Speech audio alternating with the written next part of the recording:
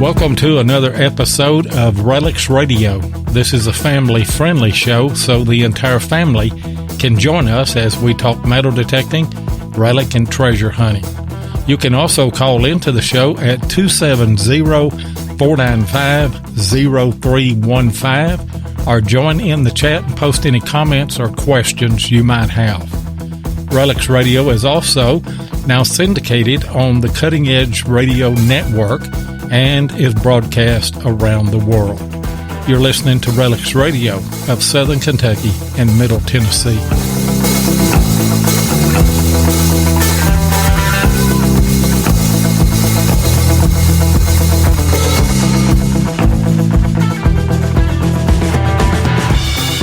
And you are listening to another episode of Relics Radio right here on Spreaker.com. Welcome to all of our listeners on the Spreaker app. Also welcome to all of our listeners that are tuning in on the Cutting Edge Radio Network, and also all of you that will be catching the archive show on iTunes, iHeartRadio, or any of those podcasts. We're just about everywhere worldwide. And so glad that you could join the show here tonight with us. I am your host, Digging with Seven. And I don't know where my co-host went. He may. Oh, and I'm your co-host, Tennessee Jeff. I had it muted. Sorry about that. Well, you and Butch Holcomb, y'all do that to me every now and then. So I was sitting here. I was like, yeah, you've been diving this week, hadn't you, Seven? And then, of course, you wouldn't answer. And I was like, well, I'm there. So, but anyway, tell us about your little diving experience you've had. Said you got cold. I got cold last week. I wore my wetsuit today. I didn't get cold today. Got cold when I took it off.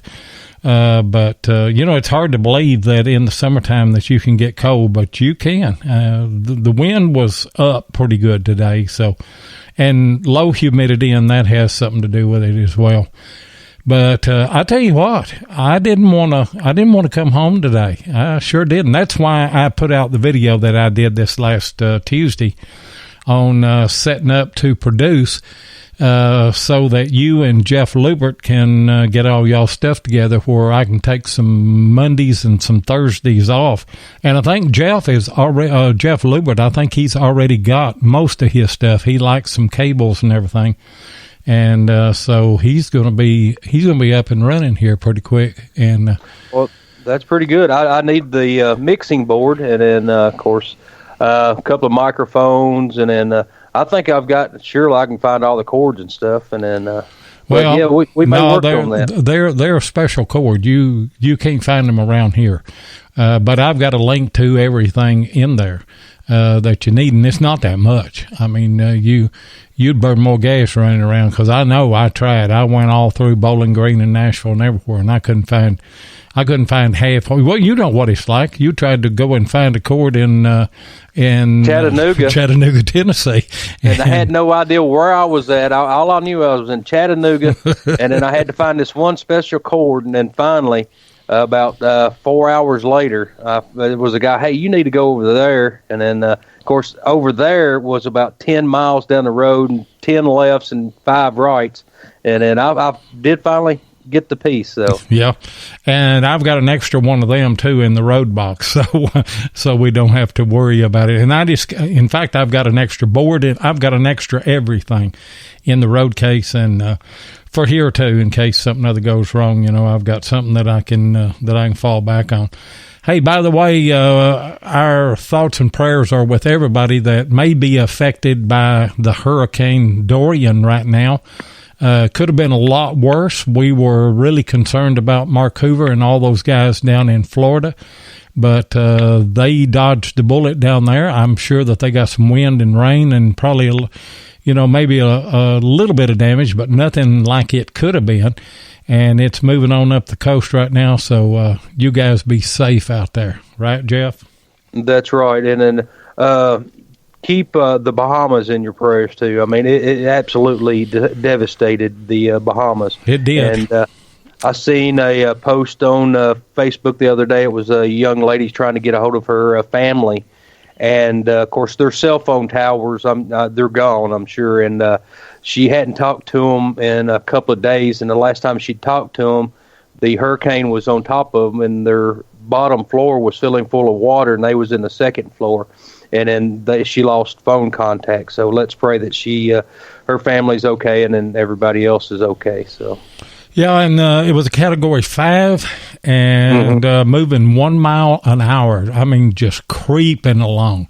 And when you have that kind of wind and, a Category 5, that is a major, that's as rough as you can get. And just moving 1 mile an hour, just sit there and sit there and sit there. And so, our thoughts and prayers are to everyone. But back to the show. We've got a good show lined up tonight. And also, guys, we are in conjunction with our guest, and I'll let Jeff bring him on here in just a minute. We're going to have a giveaway sometime during the show. It's probably going to be about 8:45 when we will open that up, and we're going to take callers on this giveaway. But before I tell you what we're going to give away, Jeff, go ahead and bring our guest in, and we'll let him tell us what we're going to give away, because he's the one that's giving it away. Yeah, he's the one giving it away. We have Clay Copeland from Brute Magnetics. How you doing, Clay? I'm doing well, guys. Thanks for having me. Hey, great to have you. Yes, really. I mean, everybody's going to learn something today, I'm sure. So we can't wait to get into this show. What about this phenomena about magnet fishing? Hadn't this caught on? Has it caught on out of the blue, or am I just now getting around to it? What's the deal there? It has really exploded, and I think a lot of what is driving it is YouTube. About 4 or 5 years ago, there were not that many YouTube videos on magnet fishing, and we saw, a few years ago that some were starting to be posted. And it's one of those things that, everybody knows what a magnet is, how it works, but until you see it and kind of understand how it works in magnet fishing, it doesn't click for some people. So when the videos were out there, people showing what they were bringing up, that really pushed a lot of the growth in it. And two, of course, with metal detecting, they got such a broad reach, and everybody knows about that. So this was something that is not really a new hobby, but it had a resurgence with some of the prices coming down on the stronger magnets and some new technology and things that, open it up to more people. So, but I think really YouTube has pushed a lot of it and brought a lot of new people. I hear that all the time. And it's funny, even my family, and my sister and my wife and my father, actually, my father, he can't metal detect. He can't walk across the living room floor, but he was very interested in going magnet fishing. And, of course, he would think about the old boat docks where I lost this knife there. You think we can find that knife again? I was like, Dad, that knife's probably done rusted away years ago. But, I mean, it's funny how magnet fishing has got everybody together. But tell us a little bit, how did you get started in metal detecting and the magnet fishing? Well, so it really goes back to when I was 8 or 9 or so. My grandfather had purchased a Fisher 441 back in the early 80s to look for a ring that they had lost. And, of course, they never found it. But my dad got that metal detector and kept it around. And then it was something as I was growing up I saw and wanted to get into and try. And so I did and enjoyed it. Of course, I didn't know what I was doing at 8 or 9. I was out there having fun. But a few years later, I think maybe for my 12th birthday, my parents got me a Tesoro Sidewinder, and I used that for years and had a little bit of success with it. Kind of put it down, as I was going through high school, but then when I was in college, had a little bit more free time between classes, I bought a couple of other detectors, an XLT and an MXT, and spent a lot of time detecting and, had found a few good things. Of course, then got into it kind of late, obviously, but that really was my genesis in being interested in treasure hunting and relic hunting and ultimately the magnet. And what really started the magnet is back when my grandfather and uncle in the 60s had a business where they were building boat docks down here on the Chickamauga Lake in Chattanooga. And my dad, at that time, he was about 12 or 13. He would go with them on these dock building jobs, and they would occasionally drop tools in the lake. And so he had seen in Popular Mechanic an ad for a World War II surplus magnet. And it was being pitched even at that time in the early 60s as magnet fishing. So he bought one just to try to find these tools. And he said he only really ever found old steel Coke cans. But that was kind of my first introduction to it from him doing it back, 40 or 50 years ago. And so he was telling me this story 5 or 6 years ago, which was kind of after I had done a lot of metal detecting and was kind of looking for something different to try. And he had what was a kind of a block-shaped iron ferrite magnet, had a little metal casing on it with a tab sticking out. And so since he told me the story, I thought, well, I'll go out and, throw this in the water and see what I can find. So I did. I drove out to this old railroad bridge, Civil War railroad bridge, and got my rope out, realized the hole in the tab was too small, but I was determined to magnet fish that day. So I drove home, drilled it out, drove back to the bridge, got the rope all situated, threw it out. On my third throw, I got it stuck between some rocks. And since this was my dad's magnet, borrowed magnet, I felt like I needed to get it. So I was not prepared to go in the water, but went in the water with my clothes on to try to retrieve it and got it back, fortunately. And so, when we got to looking at it, talking about it, that shape was not really what you needed for magnet fishing. There's too many angles on it. And my dad is an engineer, so we started talking about, some different designs and shapes, and we're looking at what was out there on the market.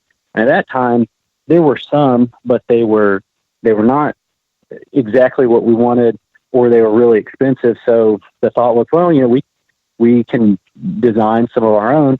And so we did, and started tweaking what was available, and came up with our first few designs and started selling magnets in 2015. And it's just grown from there, and here we are. So that was the kind of the genesis for me from, being a little kid, getting interested in treasure hunting to ending up where I am now. Well, and I mean, I've got a lot of sites that has water going by them, Civil War sites, and then I know there's just a bunch of stuff waiting for me, and I haven't had the chance to get out yet. And I mean, it's going to open up the doors, and I mean, it's fun. I mean, me and my stepson, we went to a bridge right down here next to the house, and my first throw, and I believe it turned out to be it's going to turn out to be a buggy axle. So I mean, it's pretty cool. Yeah. Seven, have you taken yours out yet? Yeah. I went out around the boat, the houseboat a little bit. I found almost everything that me and Raina have lost in the lake. Not everything, but almost everything. And I pulled up one or two things, and she said, I forgot we had that, and she'd left it on the dock, and then it had blown off. But, Clay, you were mentioning the old Army surplus magnets. Steve Zulik did a article in American Digger magazine on magnet fishing, and he included that article from Popular Mechanics. Mm-hmm. And it was always right next to where you could get those X-ray vision glasses and all of that stuff. I wasn't all that interested in the magnet. I wanted those X-ray vision glasses, but Mama would never let me get them. So, but yeah, looking back at it, I guess it has been something that's been around for a long time. But now with the neodymium magnet, that is a much more powerful magnet in a much smaller package, isn't it? Right, exactly. Yeah, those old iron ferrite magnets are good. They're very durable. I mean, they'll stand up to all kinds of abuse, but for the size and weight, they're just not all that powerful. You can get something that is 5 to 10 times as strong in the same size, being a neodymium. And when we say neodymium, that's one of the rare earth elements, so some people will call them rare earth magnets. But that is one of the main elements that is used in the composition of the magnets themselves. But yeah, it's come a long way from where we were back in the 60s and on to where we are now with the neodymium magnets and availability of them. Yeah, and you're going to give one of those away tonight, so we're less than a minute away from a commercial. So before we go to that commercial break, why don't you tell everybody what you're going to give away? And by the way, it will be at around 8:45 when we do that, and we're going to take calls at that time, and we're going to give it to a caller. So go ahead, Clay, and tell us what some lucky listener's going to win.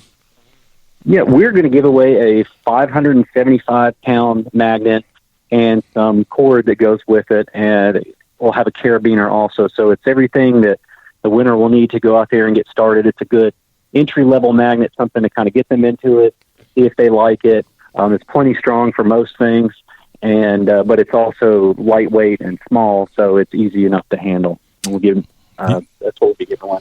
Yep, and that's all you need, and you'll be able to go out and magnet fish. So we'll be right back. We are very excited to announce that Calico Metal Detectors is now the major sponsor of RELICS Radio.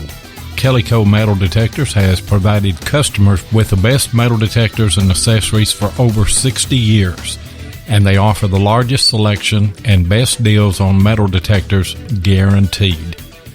Calico Metal Detectors features only the very best of treasure hunting equipment that'll help you find coins, rings, jewelry, and relics both on land and underwater. From gold pans to metal detectors, they carry the hottest selling products on the market.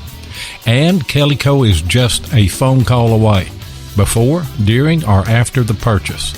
You can call them at 855-246-2586 or visit the website at www.calicodetectors.com. And by the way, if you don't win that magnet tonight, you can go to Calico and buy one of those, because Clay and Brute Magnetics is hooked up with Calico. And I've got a link on the description on this show right here that will take you over there where that you can look at those magnets. And before we talk about your association with Calico there, Clay, we want to congratulate Douglas Dillon.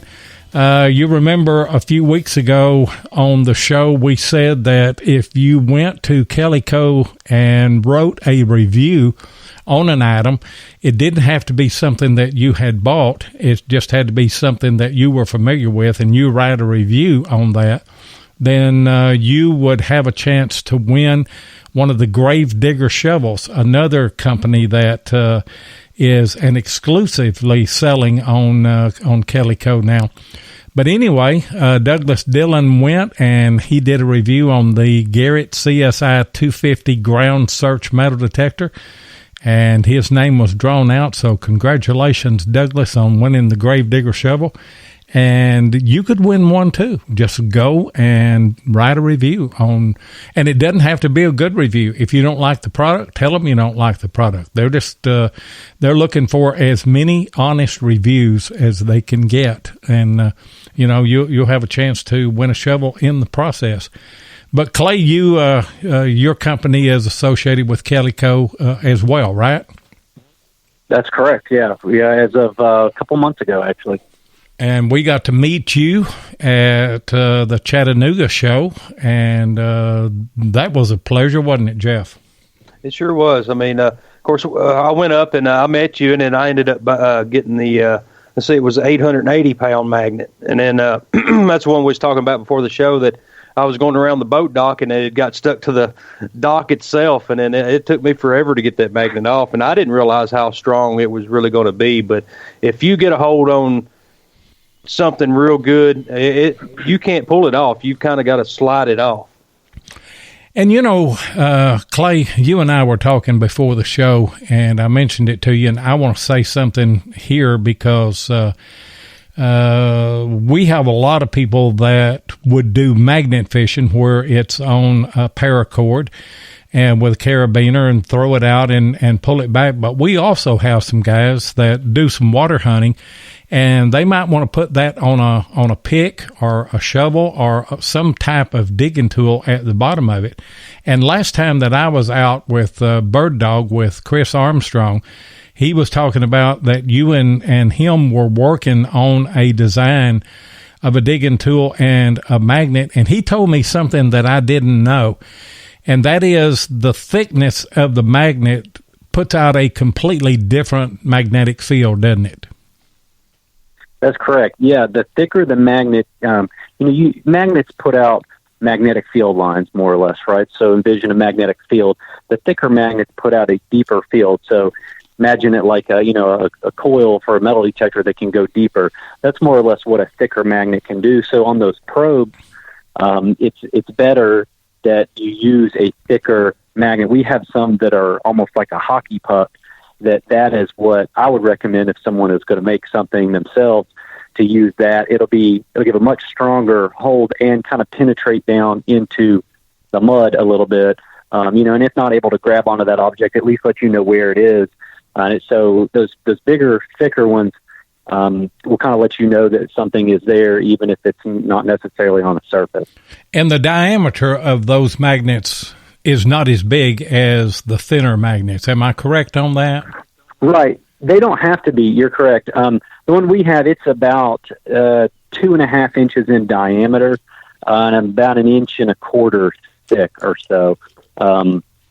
So it can be, a lot smaller, but I'll get just as much or more penetrating power in a smaller diameter. Now, the larger ones that are cased in steel, they're a little better for throwing out and trying to drag back. We have eye bolts and other attachment points to them, but for a probe or something that you're going to dive with, and make something yourself to use, then that's definitely the route to go.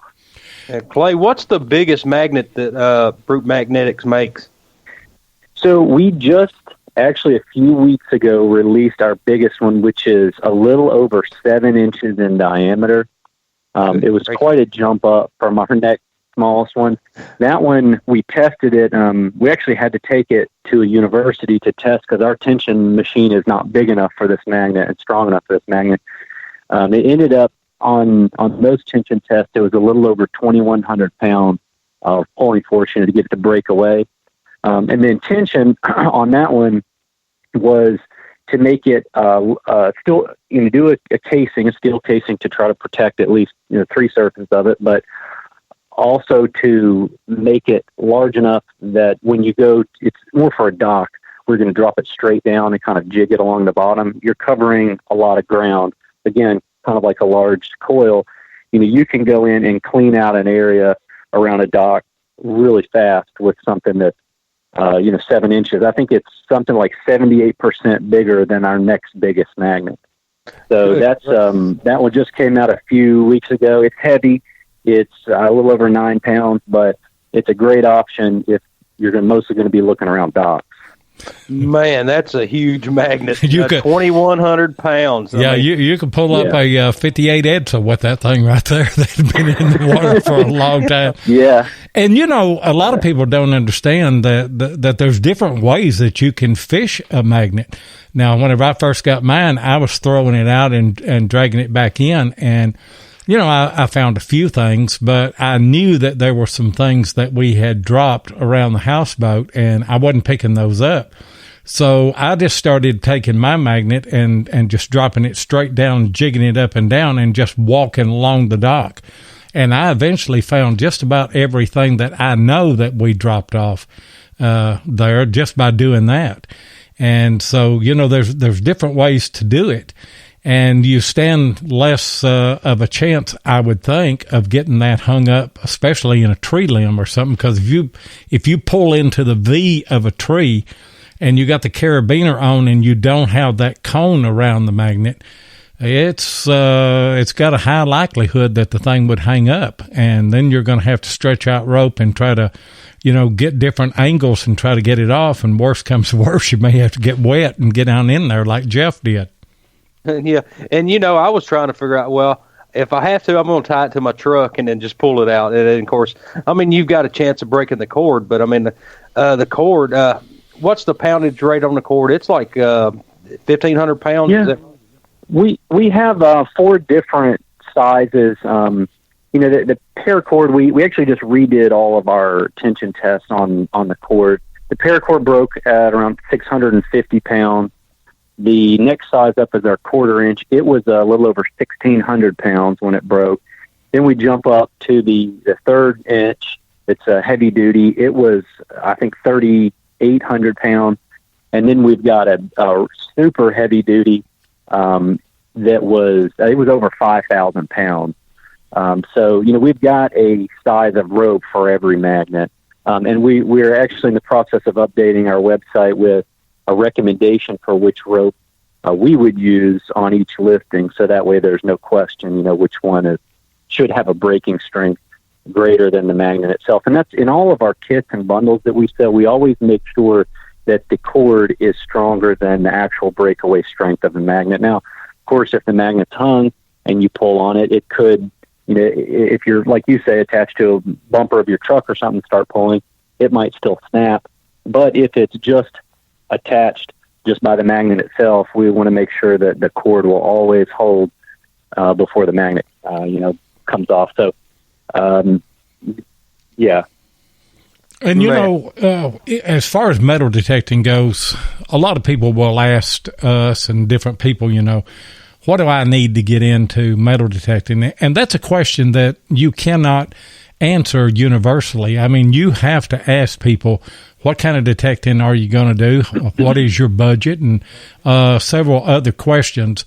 So I kind of want to phrase the question in a way that you can answer it, give multiple answers to that. But do you have packages set up for different levels or kinds of magnet fishing? We do. And like you said about metal detectors, that's a very difficult question to answer, and one probably that we spend more time than any answering is what do I need? And it really depends. It's like any tool. There's a perfect one for the job. If you are in an area where there's a lot of underwater obstacles, one of the cones may be an option, or even the double-sided do a little better.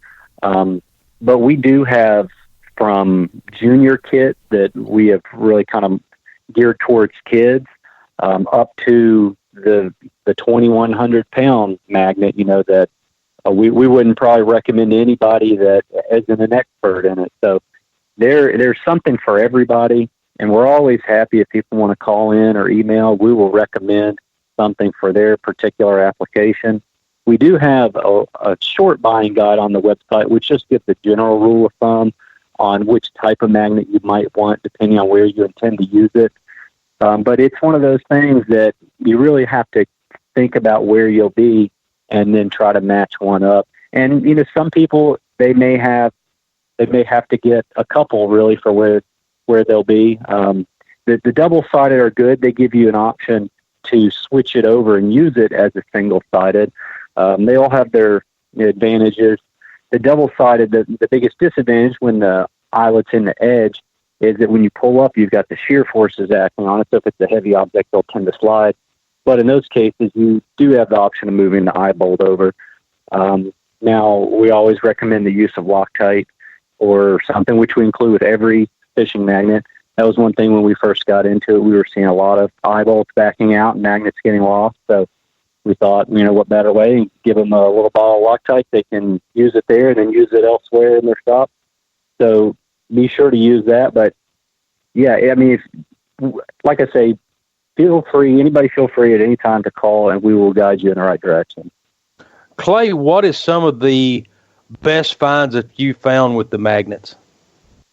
Well, me personally, I don't have a collection like a lot of these guys. I'm working in the business. I'm more, when I do it, I go out and test new products, make sure they're performing the way that we want them to perform. But, I mean, as far as stuff that I've seen found, I mean, if it is a ferrous metal, we have seen somebody find it. I mean, we've seen everything, including the kitchen sink. There was a guy that sent us a picture that pulled up a full-size sink out of a lake.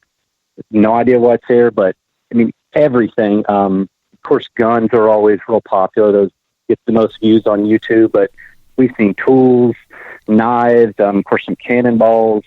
We've got a guy out in Spokane that he's on staff and has a little magnet fishing club. They've found some really cool stuff. There's an early American Red Crown gasoline sign. It's like an enamel painted sign that is awesome. I mean, they pulled that straight up out of the river. They found a piggy bank from the 1940s, blacksmith tools. I mean, if it is a ferrous metal, it's being found, and there is still plenty of it out there. But in one thing with our guy in Spokane, in fact, his goal this year there was to clean up the Spokane River with his magnet fishing group. They set themselves a goal of pulling up 3,000 pounds of metal, and so far in the last 3 months, they're up to 8,000 pounds of metal, and they found a ton of cool stuff along the way. Obviously a lot of that's just scrap, but 8,000 pounds, 7 guys in 3 months. So that just shows you how much stuff is out there, and that's just one little section of one river in one town. So, if you're in the right area, there is a lot of stuff still out there. Oh, man. Hey, guys, we need to take another commercial break, and then we'll be right back. T-shirts are a perfect way to get your brand recognized, whether you're talking about a business, a club, a sports team, your YouTube channel, or whatever. But you may have asked, where can I get quality, affordable shirts on demand? Well, I'm glad you asked. RELICS RADIO uses DetectTees.com for all of our T-shirts, long sleeve shirts, and hoodies. That's DetectTees.com. Ken and Mark Guthrie make quality shirts that last, they ship quick, and best of all, they're affordable. So if you need customized apparel, then go to DetectTees.com and be sure and tell them that RELICS Radio sent you. And there's a little bit of summer left. They're still making the RELICS Radio cooling towels. We won't need them a whole lot longer. It won't be long till we'll be needing those RELICS Radio and Detectees hoodies, won't we, Jeff? We sure will. I can't wait. Well, I say that.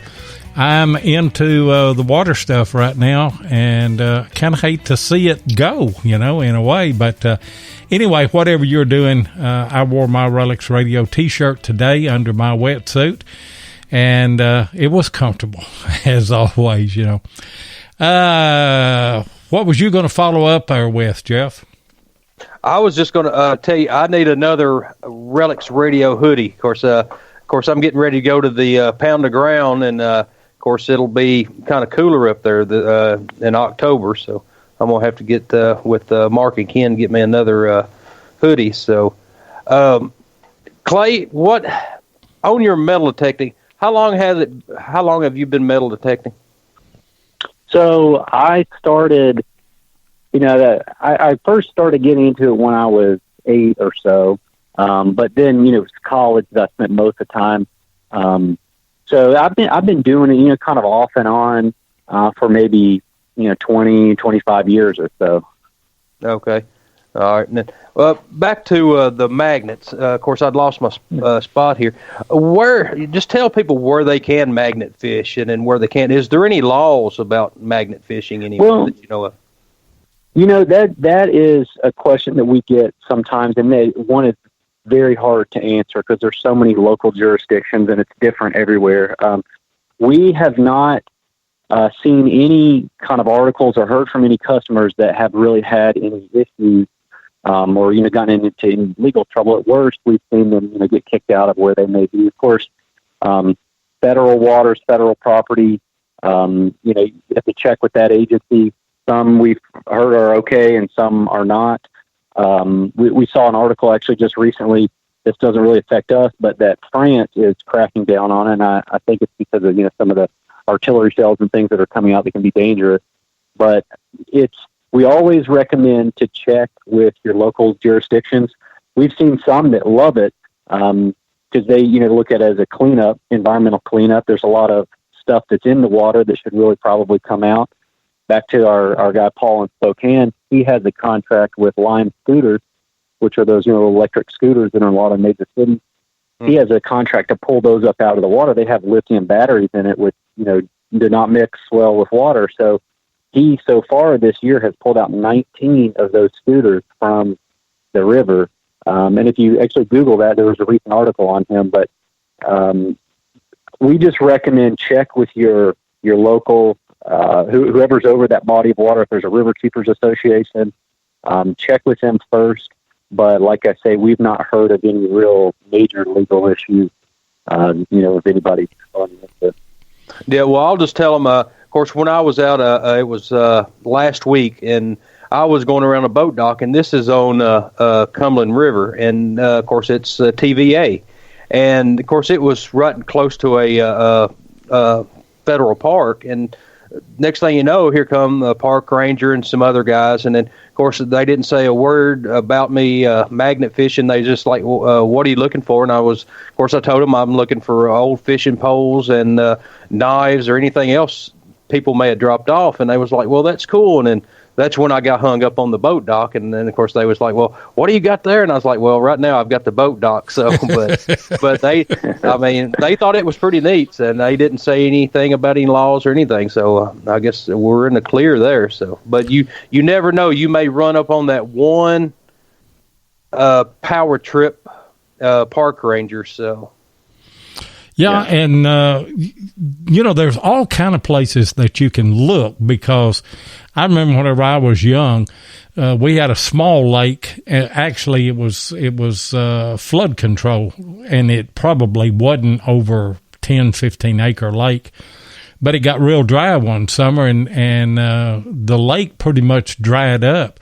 You would not believe of course, back then there were paper racks everywhere. I guess people would steal those paper racks and bust them open and get the money out of them, and they'd throw them in the lake. And I know I've watched a lot of videos where people go around bridges, and that's probably a prime spot where you find guns that have been discarded. So there's all kind of places, isn't there, Clay? Absolutely. Yeah, like you say, bridges tend to turn up a lot of guns. I guess people driving by want to dump something. And, when we were getting into this, I never would have imagined that there are as many guns, off bridges and in lakes as there are. I know a couple of guys personally that have found 6 or 7. So, just the sheer number of them that are out there is amazing. But there are so many places you can check. Marinas and docks, always people off piers, and, of course, riverbanks. Really the possibilities are endless, and there's so many places that have yet to be, hunted. And, too, it's, an area, a lot of people are water hunting now, detecting in water, but this is good for an area where it's a little deeper. Maybe you're not a diver, you don't want to get out there in that deeper water, you have trouble. You can throw your magnet in there if you think there's something in that area and just kind of check it out and see if you're finding any ferrous metal. So, yeah, the possibilities are endless of where you can go. And back to finding guns and what have you. If you find a gun, it's probably a good idea to get in contact with your local law enforcement with at least a serial number and the caliber off of that gun.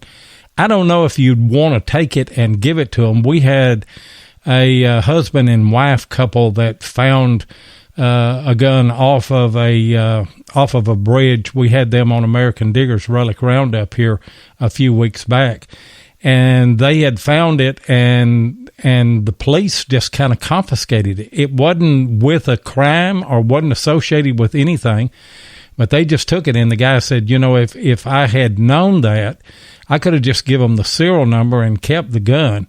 And if it's associated with a crime, obviously I'm going to give it to them, because it would, there'd be some litigation and a court case and everything. But, if it's just a gun that was lost or something, why should you give it away? So, I don't know what you would tell somebody like that. Do you?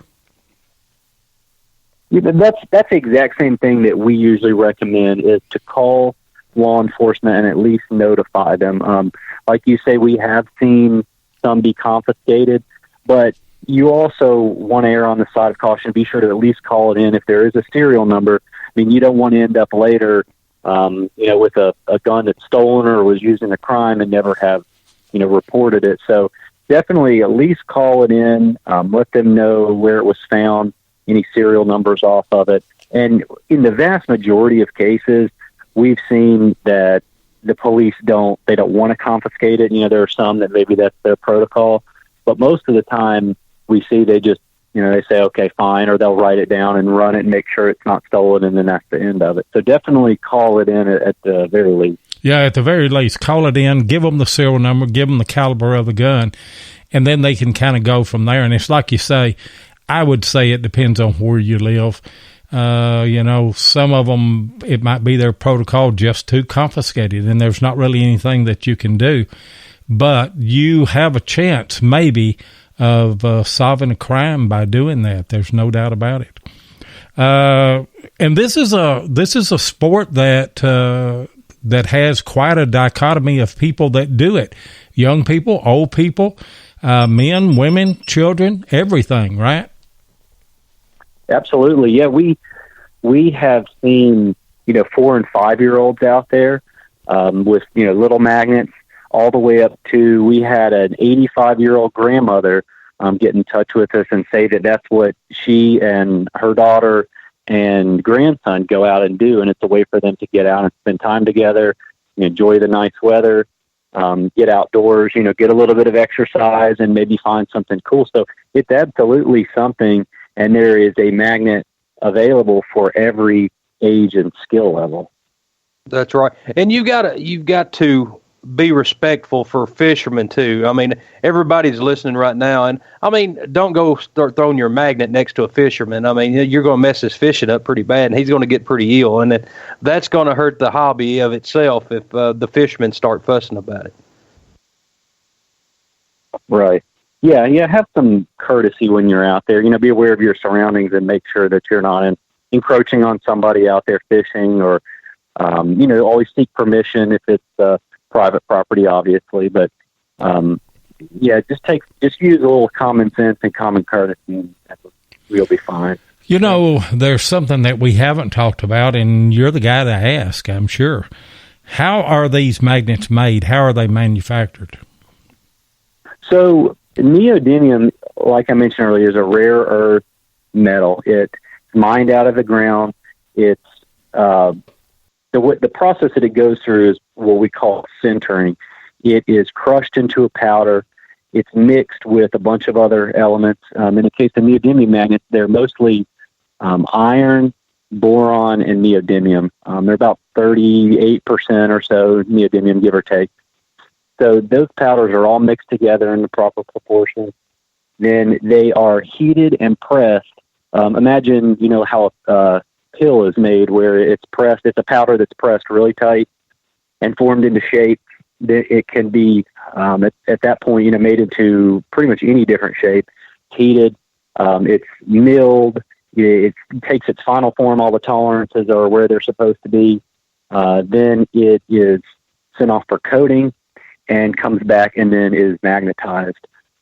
So that is how all neodymium magnets are made. And then there's some further processing for ours, almost all of them are cased magnet in an A3 steel casing that serves to protect it. Because, being a powder, even though it is, pressed into a solid disc, it can be brittle. And that's one of the drawbacks of neodymium magnets, is that they are more brittle than iron ferrite, much stronger, but they can be cracked if they're dropped.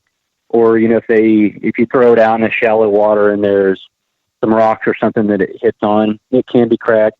Now, a crack in of itself is not necessarily a problem. It's when little pieces of the magnet start to come out that it can reduce strength. But that is why we case everything. We're actually working on a new kind of industrial strength line that is going to be similar to our line of fishing magnets, but is going to be fully cased and still, nearly the same strength. So that should protect it, completely from anything when you're in a harsh environment. But that's more or less the life of a magnet. Yeah, and there's something that I learned really quick. There is a way to get whatever you have picked up with that magnet off, and it's not just pulling straight out from it, is it? No, the easiest way to get things off is to slide it.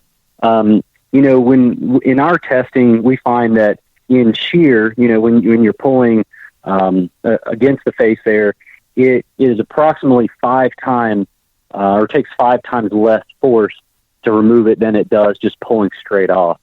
So, if you get a big object, like your dock, for instance, you're not going to be able to pull it straight off by hand. If at least a half-inch thick piece of metal and it gets a good attachment point, for your magnet, you're going to be having to pull with about 900 pounds of force before it ever breaks free. But if you slide, it's possible that you can get it to an edge. So we always caution people, take the magnet, everybody wants to take it and stick it to something to see how strong it is. Resist that temptation to put it to your refrigerator. We have seen that countless times. They'll put it to the refrigerator and they'll scratch it all up trying to get it off. And, wives aren't too thrilled when they come home and there's scratches all over the side of the refrigerator. So go find you a piece of scrap iron if you really want to test it, and be sure to put it right at the edge where you'll be able to slide it. Yeah, I found a cultivator plow, one of the wide ones, and it just happened to catch that thing right in the middle. The whole magnet was hooked to it, and I like to never got that thing off. I was sliding, I was holding it, trying to hold it and take my foot and push the thing off, and I mean, it is strong. So, if you're just testing it, just catch maybe a third of the magnet. That's going to be enough to pull it up with. And right. You can't shake it off. My wife lost a little bitty hammer, a little tack hammer, and I felt that I'd picked something up, and Dale Hollow, you can see 15 foot. It's real clear water, and I could see that I had that hammer, and I thought, I don't want to lose that, and I was just easing it up, and I got it up there at the top of the dock, and then I thought I wasn't going to lose that hammer. There wasn't no way, because I was doing everything I could to get it off, and it wasn't attached to a great big flat surface. The flatter the surface and the more the magnet that grabs it, the harder it's going to be to get it loose. Well, when I first brought mine home, I got it out of the case, and of course it's in the styrofoam deal, and the first thing I wanted to do was stick it to my gun safe, and it moved the gun safe across the floor. I could, of course, it was on hardwood, and it scooted the gun safe, but it took me forever, and then, of course, I've got a couple of good scratches on my gun safe, so don't stick it to the refrigerator or anything like that. Yeah. Watch your face. So you pulled the... you pulled the refrigerator trick just with your gun safe. And, that's one thing that one of the biggest things that we have to educate customers on is the strength. The strength of the magnet, the pull force that we state, that's a breakaway strength. And then we always round down some just for good measure. But that is under ideal testing conditions. So, if it's a 1,200 pound magnet, it will take 1,200 pounds of force to remove it, but that's on a perfectly clean, flat, half-inch or greater piece of steel. If you have something that's thin or an object that's rusted or, an odd shape, it's not going to pull with that much strength. So a lot of people see 1,200 pounds or whatever it is and think, whoa, that's way too much. I don't need something that strong. And that's probably true for a lot of people. But we always recommend you kind of go up a size bigger than you think you need. Because in reality, in magnet fishing, 90% of the things that you find, they're not going to provide that perfect surface. So they're not going to be pulling with that much force. It's surprising, some of the hand tools and things, they'll get a really good attachment. And like you say, you can't shake it off, but you can pull it off without too much difficulty. And so we'll get calls from customers saying, this isn't a 1,200 pound magnet. And then we say, go find you a piece of clean steel and stick it to it and then let us know. And most of the time, we don't ever hear back from them. So that's something that I think it's good to educate your listeners that it really depends, and it can be reduced sometimes by 70 or 80% or more, depending on what it's tested. Well, we've stalled long enough, guys. I tell you what, let's run this commercial break, and as soon as this is finished, we're going to give one of these magnets away.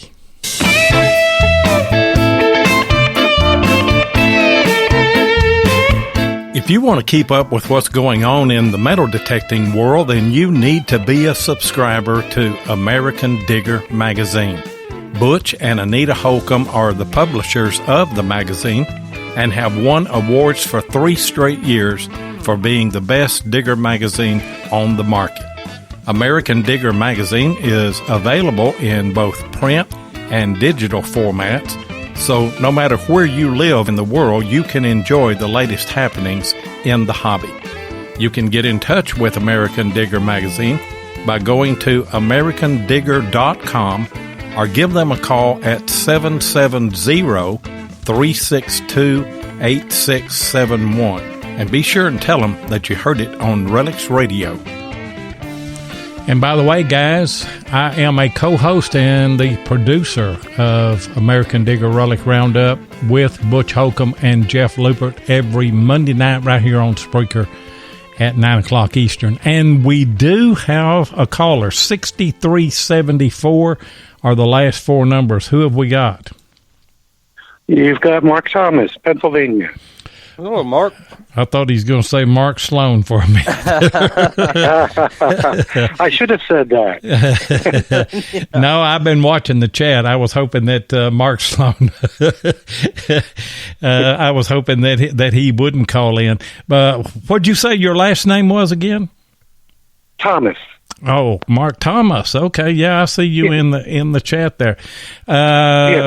Before the show, we had Clay pick out a number of the caller. It didn't happen to be number one, Mark, so you didn't win the magnet. But if you've got a question for Clay, we'll let you ask that, and then we've got another caller that we'll get to. Great. I do have a quick question. Okay, go ahead. Sure. What do you recommend as far as putting a cone on the magnet? If you already... Go ahead. I'm sorry. Go ahead. No, it really depends on where you are and what the bottom surface is and where you're going to be magnet fishing. We've seen a lot of people, and there's some YouTube videos, people will take a Coke bottle and cut it down, put it on, and use it that way. And that works. We've heard from a lot of people that they've had success with that.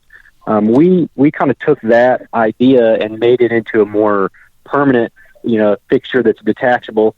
So we have a couple of plastic cones that slide down on some of our magnets, and we're actually about to release a new size for the 1,200-pound magnet. But it's certainly a good idea. If you're in an area where there's a lot of obstacles, it will help in pulling up and over, some of those rocks or the tree branches. Right, exactly. All right, thank you very much. Oh, you're welcome. Thank you, Mark. We've got calls coming in like crazy, guys. But the next caller in is 5408, and I'm adding you guys just as quick as I can. And you'll just have to kind of sit back and wait. But who have we got at 5408? This is Mike Boyles from Kissimmee, Florida. Hello, Mike. How you doing? Good. I know you talk about like the laws and everything like that, Clay, but maybe some people in the chat could know also, because Vero Beach is so strict on metal detecting. What about magnet fishing? We've not heard from anybody in that region specifically as to, what if there's any illegalities or anything from it. So honestly, I don't have a good answer for you. Like I mentioned, we've never heard from anybody that has encountered any, serious legal trouble. We've heard from a few that have been asked to leave, but I'm not familiar enough with that area to say confidently one way or the other.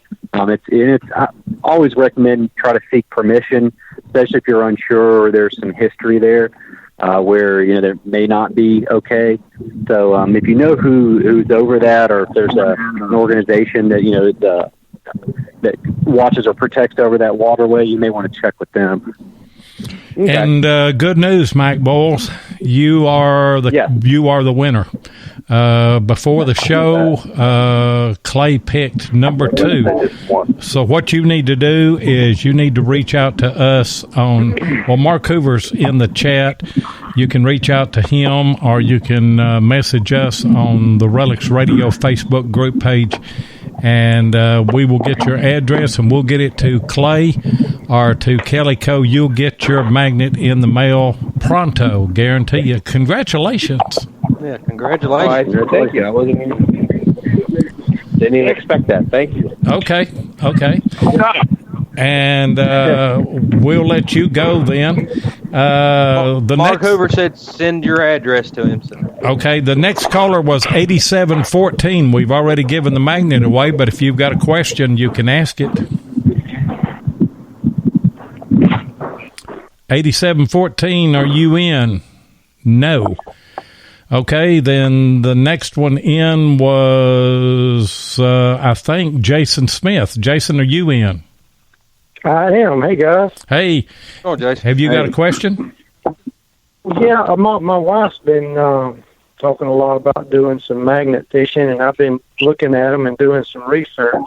And you see these magnets that they come already cone-shaped, and then you have what I call the hockey puck-shaped ones. But it seems like the cone-shaped ones are smaller in diameter than the hockey puck ones. Is that going to make a major difference, or which one do you recommend? Well, it will. Right now we have 3 different cones. We have one that is solid metal. It's about a 3-inch diameter. That was our original cone, and it's a little heavy, but if you're in an area of swift-moving water, it's a good option. Then we have a plastic version of that. It's a polypropylene cone that's detachable from the magnet. It's much lighter weight. Obviously, it's less than half the weight. Then we have the next size up, which is the 880-pound magnet. We have a cone for that. And then here in the next month or so, we'll have a cone for the 4.7-inch magnet, which is a 1,200-pound. So you do have a much broader range of options if you don't go with the cone. And it's not, that everybody needs to have a cone. It's really, it comes down to how you're going to be using it and where you are. If you know that it's an area with a lot of obstacles, we always recommend it. But it's not a necessity. So if you feel like you need a bigger magnet, then I would certainly go for that over the cone. But, it really just comes down to personal preference. Thanks.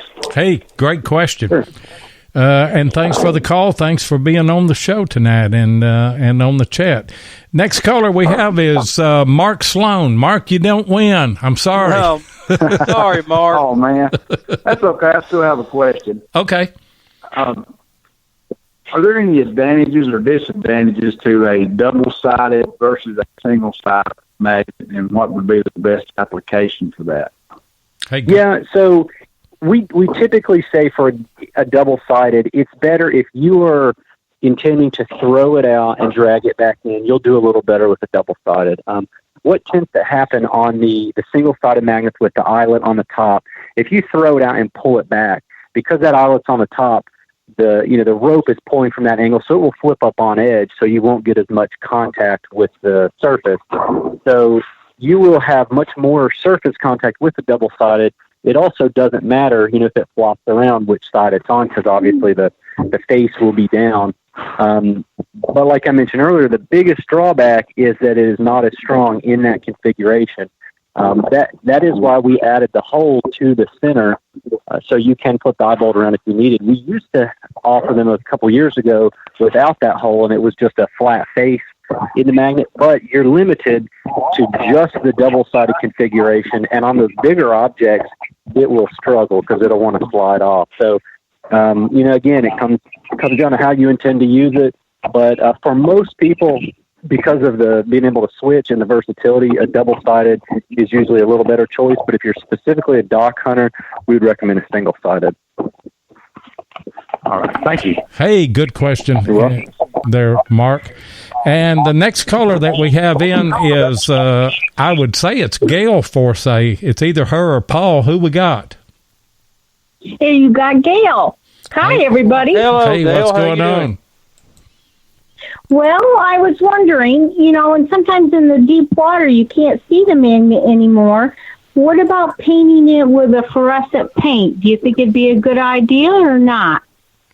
You certainly could. It will not affect the magnet itself. We see a lot of people coat it with different types of coating. The only thing, there's 2 things to keep in mind if you choose to do that. One is that you don't want anything that's going to build up much of a layer on the face of the magnet.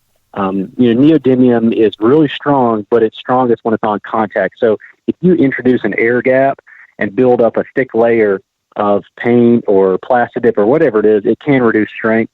And the other thing to note, we always like to point this out, there's only a couple things that can demagnetize a magnet, and one is, so we've had some customers in the past, they'll coat it in an effort to speed up the curing time, they'll go put a heat gun on it, and if you get a magnet much above 165 degrees, then it will permanently demagnetize, or at the very least, it will weaken. So certainly painting it is fine.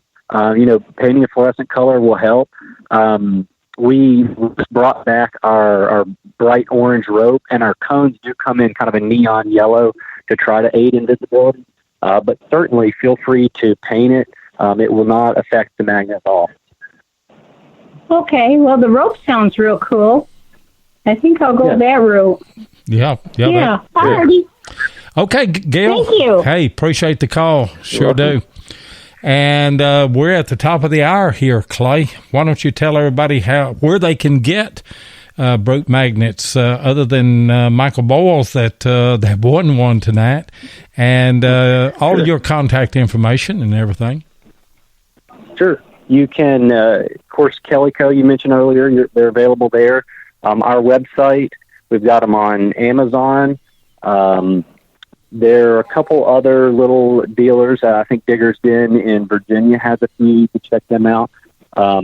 We love to hear from our customers. We try to be the most customer-focused and customer-centric company, so we love to hear from anybody. Feel free to call us or email us anytime. Our number is 706-438-2940. We're 8 to 5 Eastern every weekday. So please, if you have any questions or comments or recommendations, we love to hear from customers. We incorporate all feedback, try to make future design changes. In fact, some of our magnets were on the 6th or 7th generation, incorporating feedback from customers. So certainly if you have ideas or recommendations, please send them our way, and we'll definitely consider them for future releases. Great job. And I tell you what, keep me in the loop on the pick and magnet thing, because I'm interested in one of those that you and Bird Dog are working on. And absolutely. I'll let you know. Yeah, you've been a fabulous guest, and we appreciate you taking that time out. And best of luck. Go ahead, Jeff. We sure do. All right. We're glad you were the guest, and you've been a real great guest, and we've learned a lot about magnets and learned a lot about Clay Copeland. So, can't wait to. I'm wanting to go magnet fishing right now. So, well, if you're ever down this way, hit us up. We'll go. I appreciate you both, and thank you for having me on. Okay. All right. Thank you. And look forward to seeing you again soon in the future. Then. Yeah. All right. Thank you, guys. Okay. Thank you. And Jeff, we've got the guys. Well, we had the guys. I may have dropped them off. Let me get them back on right here. The guys from Rhode Island Relics. Pound the ground. Yeah. And hello. They are back on, so you can bring those guys in. Nathan Matthews and Jeff Muthersbaugh. Hey, how's it going, guys? How are you? Doing pretty good. Just did you listen to the Clay Copeland by Brute Magnetics? Did y'all listen to that part of the show? Man, that's some great information, dude. I was impressed. I've already lost my magnet fishing under a bridge with Nathan. So, man, that's the way it is. I'm waiting to lose mine. It came and went. I was hoping that Lloyd would go with me more, or we could get a chance to go more in case mine got hung up and he could go get it for me. Of course, he's got the wetsuit and the diving tanks and everything now. So, but I was wishing that you were with me because I caught the grill. And I couldn't get it up because it's rounded, and so you're not on a real good flat surface. And that's what Clay was talking about, and it's full of silt too. Hey guys, I'll come down there. We'll get it out. Yeah. How's it going tonight? Great. How are you guys doing? Oh, we're doing great. I had the opportunity to talk to you guys last week on American Digger Relic Roundup on that show, and you guys were great. And by the way, we're going to open up the phone lines We've got Nathan and Jeff from Rhode Island Relics and Pound the Ground. If there's any questions that you've got that you want to ask these guys, now is the time to call and get those questions answered. It's 270-495-0315, and I'll let you start it off, Jeff. All right. Well, for the people listening that hadn't heard you before, tell us a little bit about Pound the Ground, how it got started and stuff. Well, I'll take that one. So Pound the Ground was originally started as a local event in Rhode Island. We just wanted to be able to have an event that suited those metal detectorists around us that didn't have a place to, I guess, call home. They didn't have a specific event that was large and, was filled with amazing seeded coins and whatnot. And I don't know, I just decided one day I wanted to do it. And everyone said don't, because it's going to be a nightmare. And I did it anyways, and it turned out to be fantastic. And then we've just expanded since then, and now it's going to be Pound the Ground across the globe. It's insane, but it's really amazing. Hey, Nathan, who told you not to do that? Was it me? Oh, in fact, it was. It was. Man, I could tell this is going to be a lot of work for you guys, and it already has been a lot of work. And I can't imagine, you do this every year, it's going to be tons of work. But I mean, it's going to be huge. It's really going to be huge. And of course, the land that you have this year is upstate New York, Chazy, New York. And, of course, we have Revolutionary War, War of 1812, colonial sites, and the seeded hunt. Now, the seeded hunt you guys are having, not just your regular Civil War bullets or your regular silver dime. You guys are having gold coins, gold nuggets. I mean, the ultimate seeded hunt that anybody could ever go to. Is that right? Yeah, that was absolutely the plan, and now it's just become this. It's unbelievable. The amount of stuff that we're putting in the ground, you're never going to find it at any other event. We made sure that we got gold nuggets. We got amazing gold coins. Some of these gold coins would pay for people's tickets 10 times over. So, yeah, we want to make it worth your while to come out. Yeah. Man, that's why I'm driving 16 hours to make it up there. So that's, I was going to fly, but I've never been up in that part of the country that time of year, and I just wanted to take my time and look at the scenery and everything. So, I mean, I can't wait to meet you guys up there. Tell us a little bit of the food. You guys are going to have food trucks. How many food trucks are you guys going to have? Jeff, you want to take them? Yeah, I was going to say, we've got two guys coming in with food trucks. So they're basically telling us, hey, we're set for the amount of people you're having. So we've got faith in them. Pete, other man on the ground there in the Adirondacks, is I think he's still in Greece. He's on vacation with his family. So he was the guy that arranged our food trucks. I got the brewery out there. We've got Valcour Brewing as well. So we'll have a brewery, some food trucks. It should be a good time. That'll all be on our main event area. So we'll have one kind of central staging area where everybody comes in. And so any entertainment, food trucks, all that stuff is kind of going to be centralized there. Yeah. What about the parking? I've heard some people say, well, what about the parking? Can we drive to the hunt site, or is it just three people per vehicle, or how's that going to work with the parking? We have enough parking for at least 800 vehicles. That's a lot of parking. Yeah, so, parking. We won't have to worry about parking, it sounds like. But of course, we booked our hotel last week, and then of course the hotels up there, are they getting booked up, or is there still plenty of rooms? A little bit. They're filling up. They're filling up quick. So I wouldn't dilly dally with booking a room. Yeah, I've heard there was very few rooms left. So, I mean, if you're going, you need to get a room now, or you need to take your camper and put it in Walmart parking lot. If y'all guys have a Walmart up there, I'm not for sure. I think that's just a southern thing. But anyway, Seven, are you going to make it this year? No, I'm not going to make it. Hey, we've got Michael Bowles has called back in, and I'm sure that he's calling for a question for them. Are you there, Michael? Yeah, I'm still here. Okay. Waiting patiently. Okay, good. Just a quick question. With it, the hunting season up there going, because it should be archery and black powder season, would you suggest Hunter Orange for the event, or?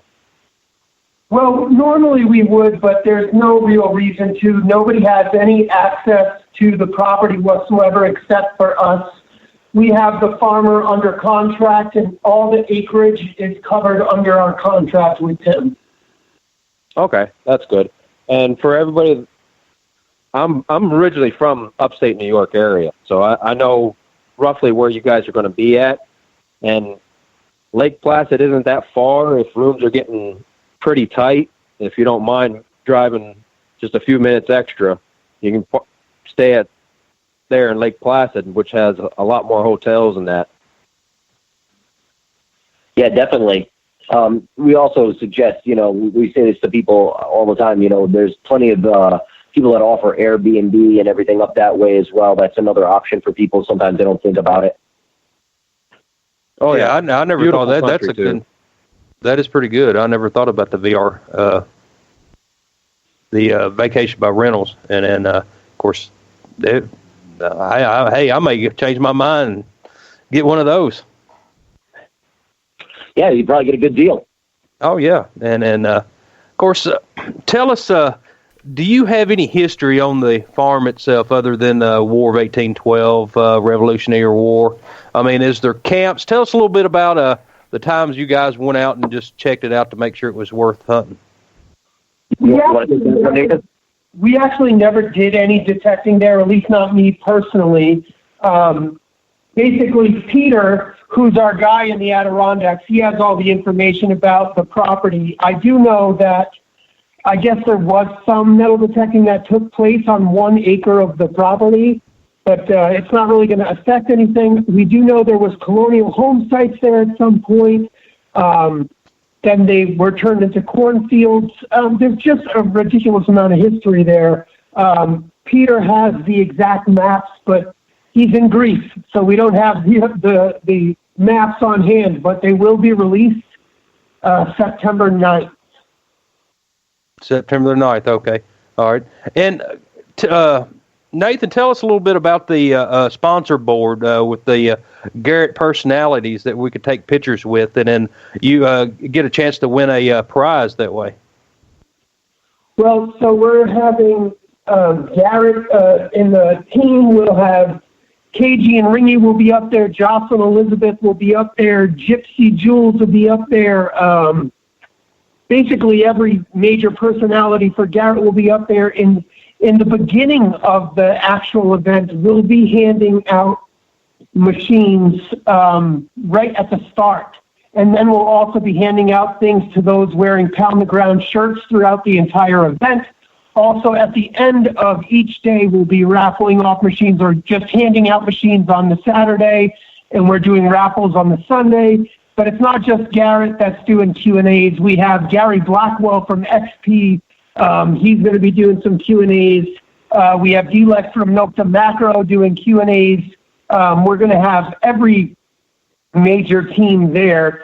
The Whites team will be there, and they'll be showcasing their stuff, and their team will be talking about what they brought to the table. And everyone's just, the whole point was really to get all of us metal detectorists together to, it's like a big family gathering for all of us that are obsessed with uncovering history.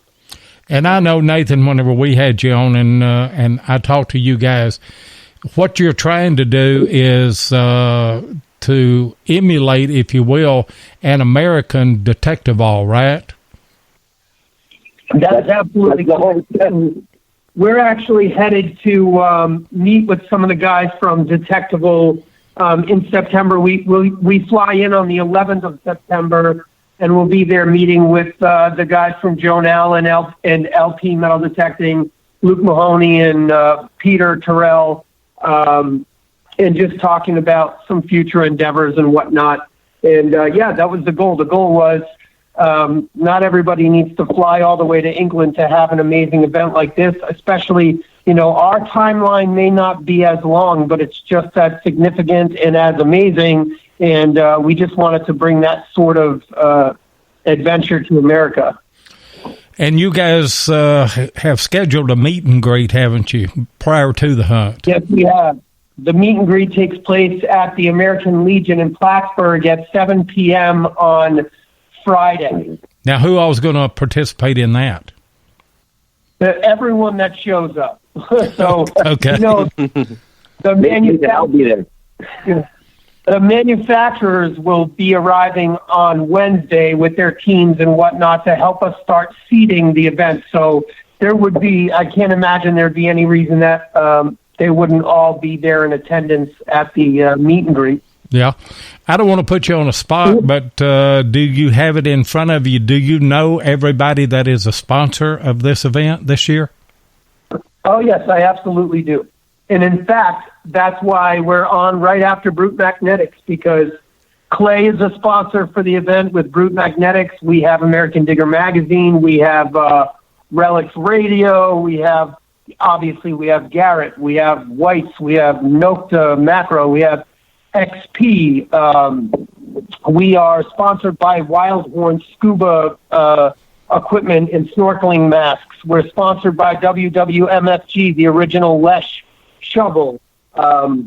Valcor Brewing. Who am I missing, Jeff? I can't even think of all of them. Mine Lab. Oh yeah, Mine Lab. Man, that's a lot of sponsors, and I can tell it's going to be a great time, and I cannot wait. And okay, I had one question: how big is the seeded field? I've heard different stories, and then of course I'm sure you've said it on other shows, but for the people that's listening now that hadn't heard it, how big is the seeded field?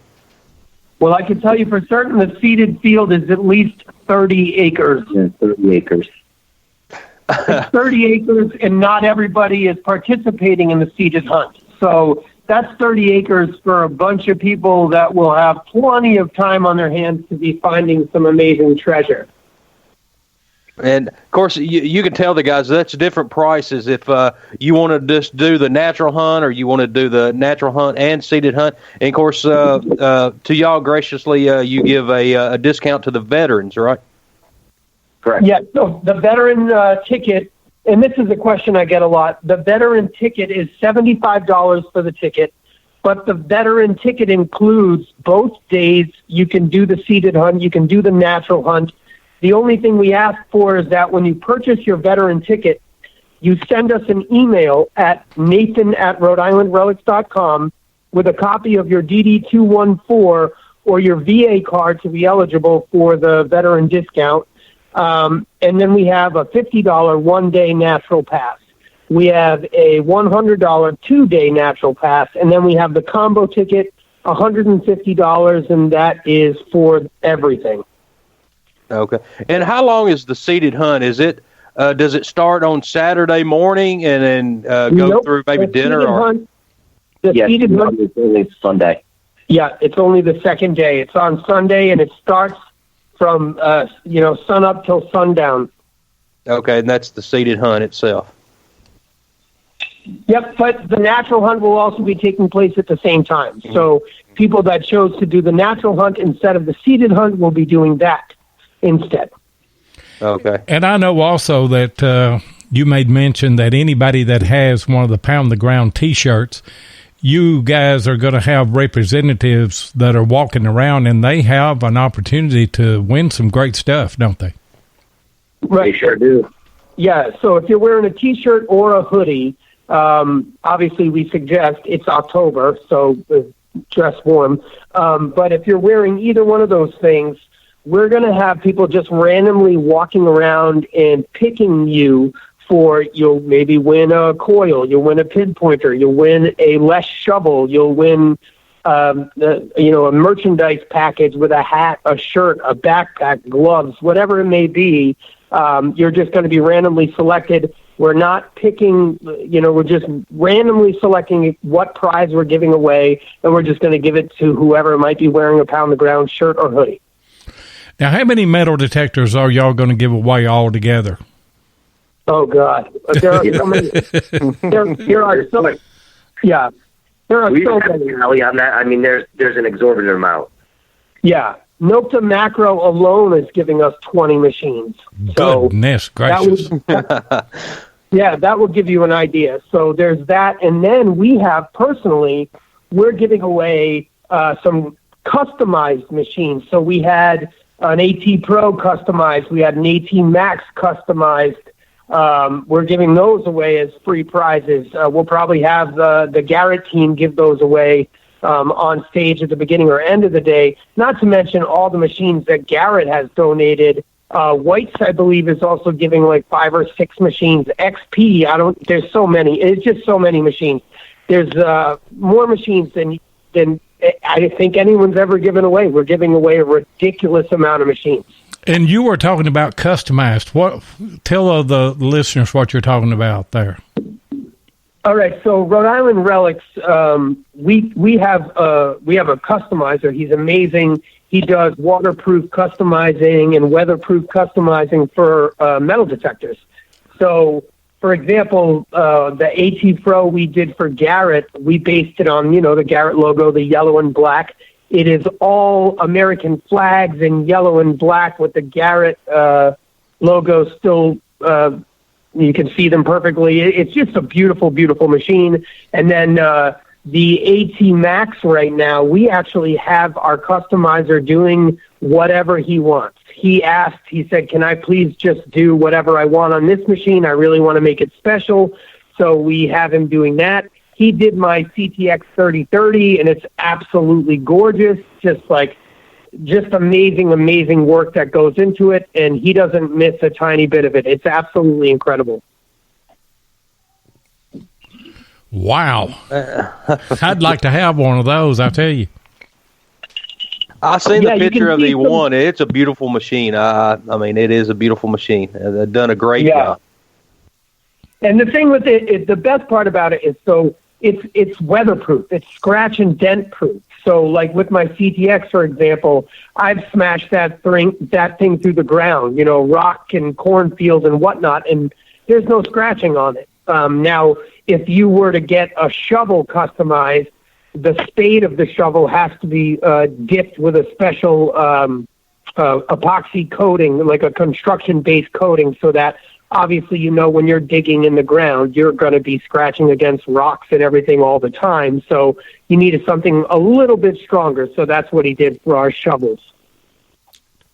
Well, I think anybody would expect that, that you're not going to be able to have something customized on the point or the blade of a shovel because foot. Yeah. I You'd wear. Be surprised. Yeah, I wear those things out. We did it. Yeah, we did it, but we did it just for the look of it. And then everyone said, Nathan, you can't use that shovel. And I said, nah, I'm going to use that shovel. So it's being used. It's being used. I destroyed the spade, the look of the spade anyways, and the spade is still amazing, but it's definitely all scratched up now because I didn't get the special weatherproofing on that. Yeah. Hey, guys, phone lines are open, 270-495-0315 if you want to call in. If you've got a question for either Nathan or Jeff here from Rhode Island Relics about the Pound of Ground event, call in now. Now's a good time to call and get your question answered. Nathan and Jeff, do you still have plenty of tickets left, or will you have tickets left at the gate is what I'm sure you may not, but it's probably filling up quick. Yeah, I can't imagine that there's going to be tickets left, especially not with the influx of ticket sales that we just had in the beginning of September. You never know. I don't want to say no, but I also don't want to say yes and then have people show up and not be able to get into the event. Yeah, we were kind of shying away from selling tickets at the gate, just to cut down on a little bit of the traffic and confusion. So we're hoping to kind of have everything done and sold before we hit Jump Street there. So the process is as seamless as possible. And y'all are kind of, I heard you say that y'all were, am I right on this, that you were going to cap it off at 1,200 or 1,500? What was that figure? No, well, we originally had so many different ideas. Originally, it started as a 500-person event, and then we sold more than that, like very quickly. So we were like, okay, well, maybe we'll move it up to 800, and now we're up to. The goal is to max out at about 1,250 people. This way, there's no shortage of food. There's no shortage of brewery-related things. There's no shortage of prizes to win for everyone that's attending. So, yeah, we're going to cap it at 1,250 people. Okay. That's a comfortable number for us. Yeah. Yeah. And we do have a question that came in through chat. It's from Digging with Deej, and her question is the map going to be emailed, or are you guys going to post that on Facebook, or what's the deal on the map of the place? The map will not be emailed. It will be posted on the Facebook page and the Rhode Island Relics.com page at the events tab. Okay. And we've got a caller coming in right here. Denny Morrison, are you on the line? I am on the line, Loy. How are you tonight? I'm doing great. How about you? I'm doing pretty good. I was just listening to the program, and they're talking about not accepting people coming in at the last moment. I was wondering if I came in. I'm not coming in, but if someone else came in, could they pay in silver or silver rounds? I do it all the time at Bill Hayes Hunt. Well, we always like the look of silver, but I'm thinking at that point, as much as I would love to take some silver rounds, it probably wouldn't work, only because we don't want to upset all of the other people that are participating. And believe me, they get upset very quickly about very little things. So we're going to make sure that we weigh on the side of keeping everyone happy. Well, it would not be. Those silver rounds would be planted in the ground. What was that? The silver rounds would be planted in the ground.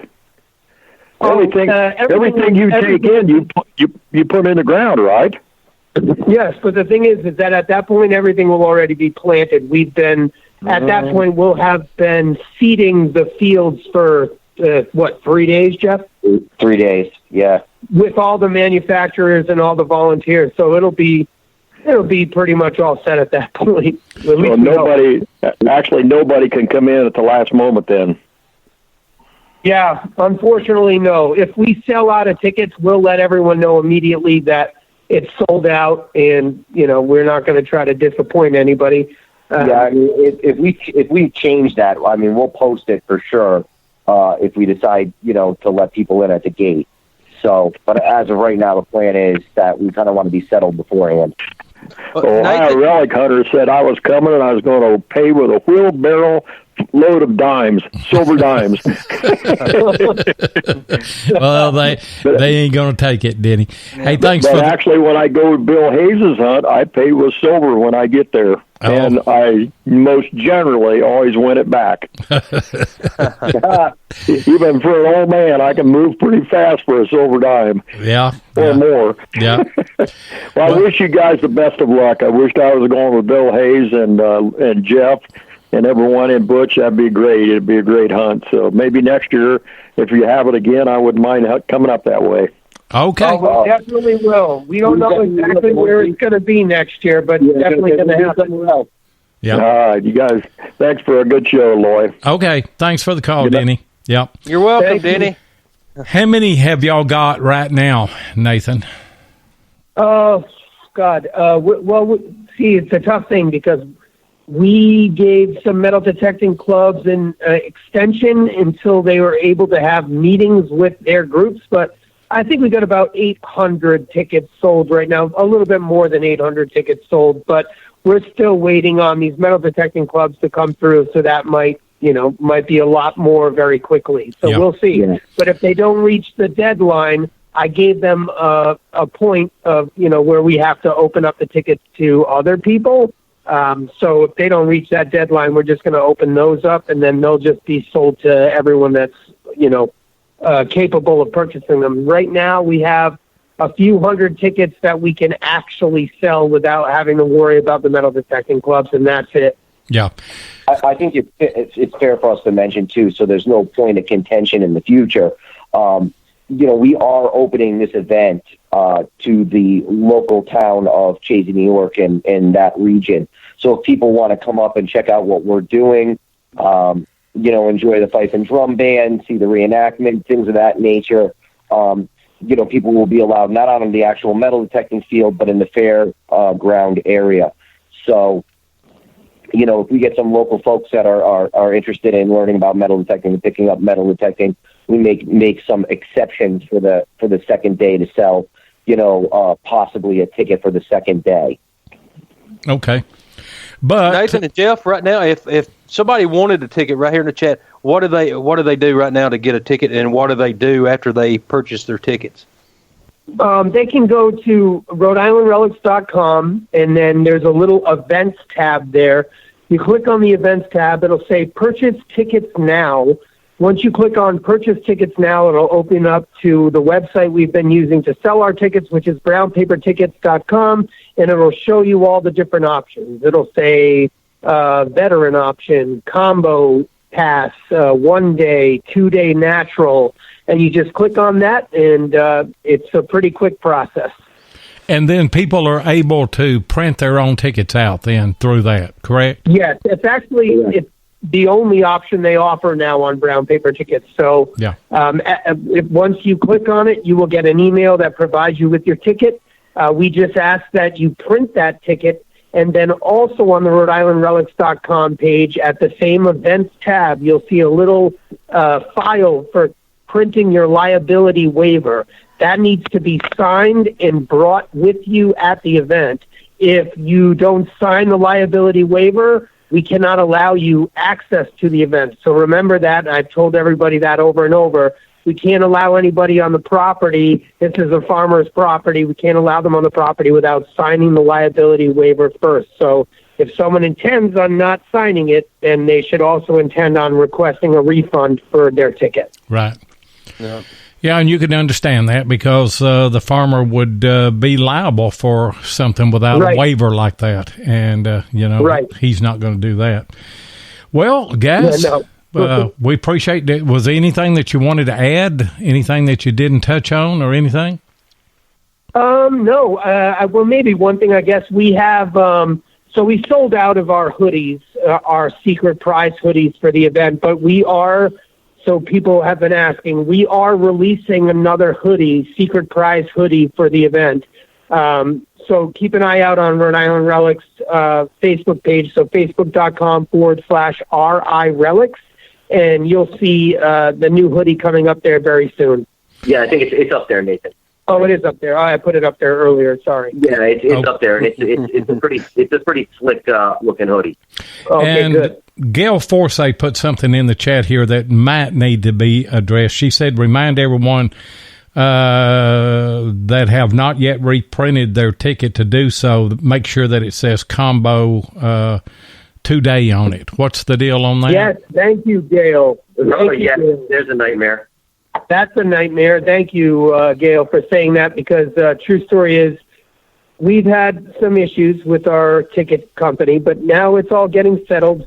Remember that when you print your ticket, it needs to say combo on it instead of 2 day natural hunt. There was an issue with the printing company where they couldn't fit the entire title of 2 day natural and seated hunt. So they just put 2 day natural, but we also offer another ticket for the 2 day natural. So it just really messed things up, and they fixed it by making the ticket called a combo ticket. So now you can officially print your combo ticket. And you leave that up to everybody that is coming in. And by the way, Gail put in there earlier, and you gave her. She won a ticket, didn't she? Yes, on the American Digger show. And you told her you were going to send her a shirt. She said she hadn't got her shirt. She's wanting to win something out in the field. Gail's wanting to get as much as she can out of the deal. She'll get her shirt along with the other 200 orders we have. Okay. They take a little bit of time. Yeah, so I can imagine she'll that. Get it. Yeah. It ain't October yet, Gail. You'll get it. Don't worry about it. Well, guys. Yeah, you'll get it, Gail. We appreciate you coming on and fielding the questions and taking the calls and everything. Jeff, you got anything else? Well, I just want to thank Clay for being a guest, and Nathan and Jeff. Appreciate y'all coming in and talking a little bit about Pound the Ground, and hope to see everybody there in the chat, and I can't wait to see you guys. And Gail. All right. Well, thank you guys so much for having us on. Thank you. We really appreciate it. Okay. Thanks, Nathan and Jeff, for coming on. And Gail said she's going to be wearing that red poncho. That's a whole nother story, and we ain't got time to talk about that tonight. Tell her not to forget her bucket. Okay, I will. Oh, all right, guys. And normally we hang on the line after the show, but I'm headed out directly as I close this show out, so we'll just say our goodbyes right now. And best of luck to all of you. Best of luck on the hunt and everything. Okay. Thank you very much. Thanks for talking to us. Have a great night, guys. Okay. Thank you so much. Jeff, do you have anything else? Just want to appreciate everybody in the chat for being here, and all the callers we had, and congratulations to the winner and the magnet, and God bless and have a good night. Yeah, and again, congratulations to Douglas Dillon. He won the Gravedigger shovel on the Kellyco thing, and congratulations to Mike Boyles. He won the magnet here tonight, and we do appreciate you guys and gals coming and spending your Thursday night with us here on Relics Radio. And if you like shows like this, be sure and check out Beyond Sight and Sound on Sunday and Wednesday nights at 8 o'clock Eastern with Josh Kimmel. All Metal Mode with Mike Hare and Gypsy Jules is on Monday night at 8 o'clock Eastern. American Digger Relic Roundup with Butch Holcomb, Jeff Lupert, and myself, Monday night at 9 o'clock Eastern. Hardcore Metal Detecting with Derek Asklar and Craig Talley is on Thursday and Saturdays at 8 o'clock Eastern. And XP Team USA with Dave Kimball and Grant Hansen, they are on every other Friday night at 8 o'clock Eastern. And obviously, me and Jeff will be right back here next Thursday night with another fabulous guest. You come join us.